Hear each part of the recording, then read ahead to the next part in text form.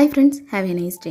Thursday evening பூரியும் மசாலாவும் செய்யலான்னு ஃபஸ்ட்டு பூரி மாவு பிசைகிறதுக்கு நார்மல் வாட்டரில் கொஞ்சமாக உப்பு சேர்த்திட்டு மைதா மாவு கோதுமை மாவு நல்லா பெசரி எடுத்துகிட்டு கடைசியாக கொஞ்சமாக ஆயில் அப்ளை பண்ணி அப்படியே மூடி போட்டு மூடி வச்சிடலாம். ஒரு 15 மினிட்ஸ் நல்லா ஊறுச்சுன்னா பூரி நல்லாயிருக்கும்.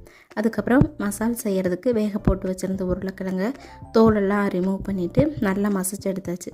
அதுக்கப்புறம் கடாயில் எண்ணெய் ஊற்றிட்டு பட்டை, கிராம்பு, ஏலக்காய், சோம்பு, ஸ்டார் அனீஸு, கல்பாசி இதையெல்லாம் நல்லா ஃப்ரை பண்ணிவிட்டு அதுக்கப்புறம் கட் பண்ணி வச்சுருக்கிற வெங்காயம், தக்காளி, பச்சை மிளகாவை சேர்த்தி மசிச்சு வச்சுருக்கிற உருளைக்கிழங்கையும் சேர்த்திட்டு தேவையான அளவு தண்ணி ஊற்றி உப்பு, மிளகாய்த்தூள், மஞ்சள் தூள் சேர்த்திட்டு நல்லா கொதிக்க விட்டுடலாம். மசால் ரெடி ஆகிறதுக்குள்ளே இங்கே பூரியும் ரெடி பண்ணியாச்சு.